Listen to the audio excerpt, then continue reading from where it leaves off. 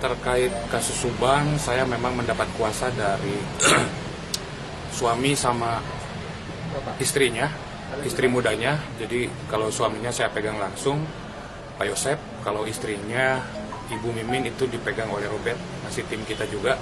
Jadi kita bentuk 2 tim untuk pembelaan, karena memang kita melihat ya ada kejanggalan terutama di masalah opini yang terbentuk begitu rupa menyudutkan klien kami, Pak Yosep dan Ibu Mimin.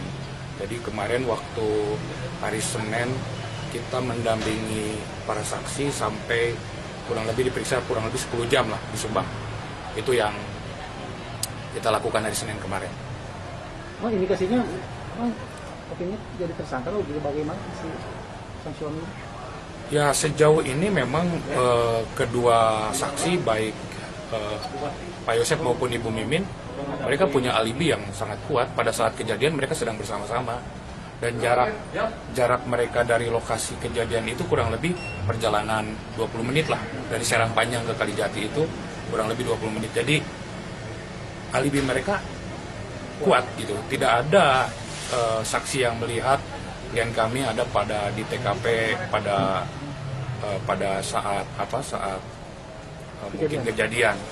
Nah, salah satunya Pak Yosep itu jam 7 lebih Pak Yosep datang ke rumahnya, ke rumah istri tuanya, dan dia melihat posisi rumah sudah terbuka, kemudian dia masuk, ternyata kosong dan sudah ada bercak darah, baru dia keluar lagi, minta tolong kepada tetangga. Dia pikir awalnya ada perampokan atau ada penculikan. Itu kurang lebih jam 7 lebih seperempat lah.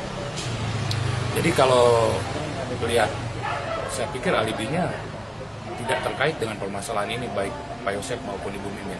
Tapi selebihnya kita serahkan ke pihak penyidik, karena hasil Inapis Polda hari ini belum dikeluarkan atau belum disampaikan apakah DNA, sidik jari ataupun yang lain terkait dengan para saksi yang diperiksa dengan korban yang ada ataupun TKP.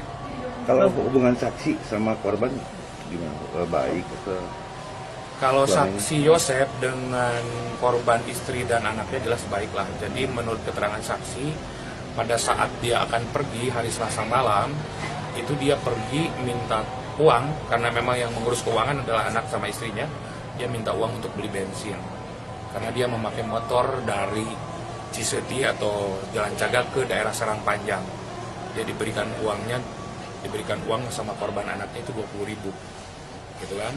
Langsung berangkat ke rumah istri mudanya. Jadi sebelum berangkat tidak ada masalah. Bahkan saya dengar hari Minggu atau hari Sabtunya mereka masih pergi praktis golf, karena senang main golf ini dua-duanya gitu. Istrinya juga maupun istri tuanya maupun dengan saksi Yosep. Jadi tidak ada masalah. Kemudian dengan anaknya pun tidak ada masalah. Semuanya baik-baik saja. Jika dengan istri mudanya katanya sempat ada teror. Kalau masalah itu saya kurang tahu persis terornya seperti apa, itu pendapat siapa. Yang jelas menurut keterangan saksi tidak ya kalau nanti untuk Ibu Mimin lebih baik tanyakan ke pengacaranya, karena Robert yang mendampingi. Tetapi kalau untuk Pak Yosep tidak mengetahui apakah ada teror dari istri mudanya terhadap istri tuanya. Ya, apa bentuk terornya seperti apa itu kita juga tidak tahu.